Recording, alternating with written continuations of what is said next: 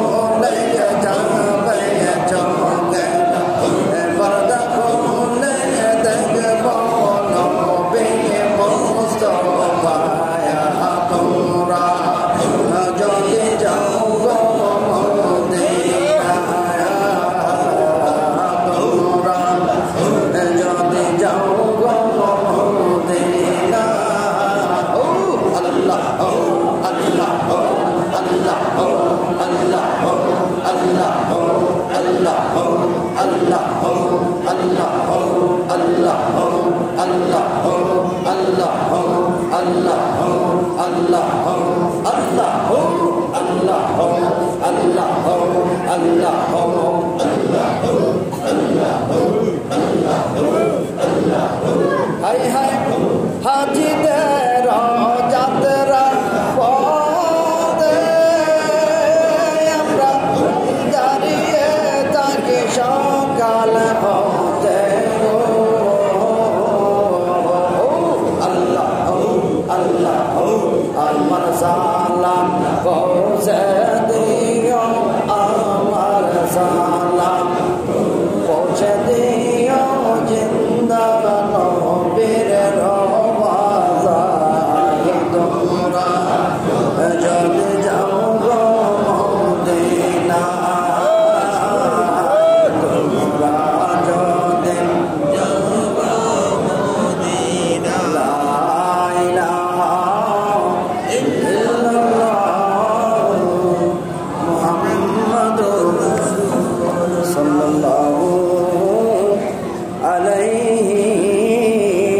ওয়াসাল্লাম। আজকে এই মহিমান্বিত রাতে আমরা মহান আল্লাহর জিকিরে মত্ত হয়েছি, কেননা মহান রব্বুল আলামিন পৃথিবীর নিকটতম আকাশে এসেছেন একমাত্র আমাদের জন্য। বলেছেন আমাদের নবীজি, আমরা বিশ্বাস করেছি আল্লাহকে দেখা যায় না, ছোঁয়া যায় না। তিনি প্রথম আসমানে আসুক আর সপ্তম আকাশে থাকুক, লামানা মাকানে থাকুক, যেখানে থাকুক না কেন ওনাকে দেখা যায় না। পৃথিবীর নিকটতম আসমানে বলার উদ্দেশ্য এটাই যে মহান আল্লাহ পাক আজকে আমাদের খুব নিকটতম, অর্থাৎ দোয়া কবুল করবেন ইনশাআল্লাহ আজকের রাতে। এই কারণে আজকে আমরা এই আলোচনা করব না, যেহেতু দিনের বেলা আজকে জুমা ছিল, আলোচনা হয়েছে। একটু জিকির আজকার করলাম, মিলাদ হবে ইনশাআল্লাহ, দোয়া হবে। তো এটাই বলতে চাই, আজকে এই পৃথিবীতে আমরা এখনো জীবিত আছি। যারা কবরবাসী, আজকে কবর থেকে আমাদের চতুর্পাশে তারা দাঁড়িয়ে আছে। মর্দেগান আজকে আমাদের চতুর্পাশে দাঁড়িয়ে আছে যে আমরা ওনাদের জন্য কি দোয়া করি। অসহায়, ওনাদের আর কিচ্ছু নেই, একমাত্র দোয়াটাই হচ্ছে ওনাদের কাম্য। গত বছর এই বরাতের রাত্রে আমাদের সঙ্গে অনেকেই ছিল। গত বছর গরম ছিল বেশি, এই বছর একটু ঠান্ডা আছে। অনেকেই আমাদের মধ্যে নেই, জানি না আমরা আগামী বছর কে কে থাকতে পারবো। হায়াত মউতের কোনো গ্যারান্টি আমাদের নেই। কখন যে কার জীবন শেষ হয়ে যায় আর আমরা কবরের বাসিন্দা হয়ে যাই বলা যায় না। জানি না আপনার আমার আমল নামা কি আল্লাহ পাক কবুল করছেন কিনা। এটাও জানি না যে আমাদের পাপগুলি মহান আল্লাহ পাকের কাছে ক্ষমা চাওয়ার পরে ক্ষমা চাওয়ার মতো চাইতে পারলাম কিনা এবং ক্ষমা করলেন কিনা। সুতরাং জীবন থেকে একটা বছর চলে গেল, আবার শবে বরাত আসলো। আমাদের নসিবে আবার শবে বরাত হবে কিনা আমরা জানি না। আজকের এই রাত মহান আল্লাহ রাব্বুল আলামিন আগামী এক বছরের হিসাব কি হবে, মানুষকে মারা যাবে, কে জি জন্ম নিবে, এই সম্পর্কে আজকে ফেরেশতাদের কাছে লিস্ট প্রদান করবেন। আমরা চাই মহান আল্লাহ রাব্বুল আলামিন যেন আজকের এই দিনে আমাদেরকে জিকির অবস্থায় দেখে আমাদেরকে মাফ করে দেন। আমাদের আমল নামার জন্য মহান আল্লাহ পাক ভালো হিসাবে লিখে দেন। এমনকি আজকে যারা মর্দেগান কবরবাসী আমাদের কাছে এতিমের মতো দাঁড়িয়ে আছে, ওনাদেরকে যেন মহান আল্লাহ রাব্বুল আলামিন আজকের এই দিনে ক্ষমা করে দেন। এটাই আমাদের চাওয়া উচিত। কুল্লু মান আলাইহা ফান ওয়া ইয়াবকা ওয়াজহু রাব্বিকা যুল জালালি ওয়াল ইকরাম। সব কিছু একদিন ধ্বংস হয়ে যাবে, সব কিচ্ছু থাকবে না।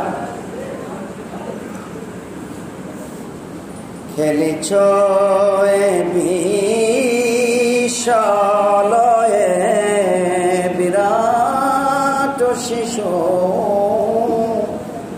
আনমনে খেলেছ, প্রলয় সৃষ্টি তব পুতুল খেলা নিরজনে প্রভু নিরজনে খেলেছ। চিন্তা করা যায় যে কেমন করে আমরা এই পৃথিবী থেকে চলে যাব। প্রতিদিন একবার করে মহান আল্লাহ পাক আমাদেরকে মৃত্যু দিচ্ছে, প্রতিদিন একবার করে। সেকেন্ডে সেকেন্ডে মানুষ মৃত্যুবরণ করছে। শ্বাস বাহির থেকে আর ভিতরে না গেলেই মরা। যতবার সেকেন্ড বাহিরে যায় আর যতবার ভিতরে ঢুকে, এটাই মৃত্যু আর জীবিত, মৃত্যু জীবিত, মৃত্যু জীবিত। প্র্যাকটিস, পুরাটা জীবনই হচ্ছে মৃত্যু আর জীবনের মাঝখানে। এই জন্য ভিতরে শ্বাস ঢুকে জীবিত, শ্বাস বের হয় মৃত্যু, এইভাবে যাচ্ছে। চিন্তা চেতনা সহকারে প্রতিদিন একবার মৃত্যু, সেটা হলো ঘুমাইয়ে যাওয়া। ঘুমাই গেলে সব কিছু বন্ধ হয়ে যায়। আমি আমার অস্তিত্ব সম্পর্কে তখন জানি না কোথায় আছি। যতক্ষণ সজাগ আছি ততক্ষণ নিজেকে রক্ষা করার জন্য প্রাইভেসি রক্ষা করি। যেমন হাত আমার একটা প্রাইভেসি, পা একটা প্রাইভেসি, চোখ প্রাইভেসি, কান প্রাইভেসি। আমাকে কেউ আক্রমণ করতে আসলে আমি নিজের থেকে যতটুকু পারি আক্রমণ করে প্রতিহত করার চেষ্টা করব, যেহেতু আমি এখন সজাগ আছি।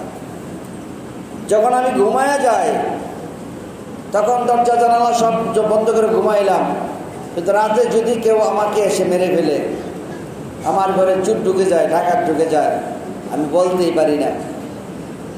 তখন কেন বলতে পারি না? আমি তখন মৃত। আমার চিন্তা চেতনা তখন একদম জাগ্রত না, সম্পূর্ণ মৃত নাই।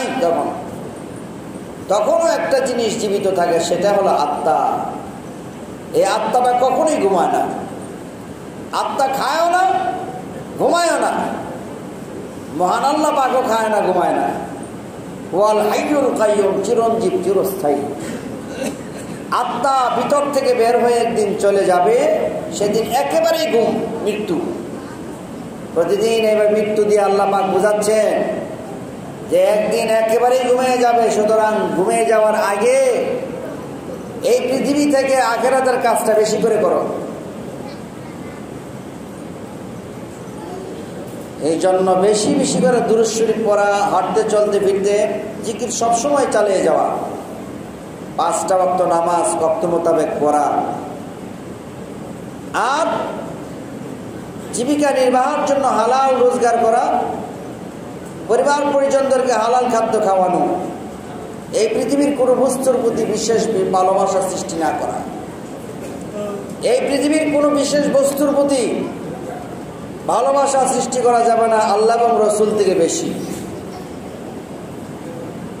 মহান আল্লাহ এবং তার রসুল এই দুইজনের ভালোবাসার পরে এই পৃথিবীর যে কোনো জিনিসের প্রতি ভালোবাসা, তবে খুব গভীর ভালোবাসা বাসা যাবে না, বাসলে সমস্যা।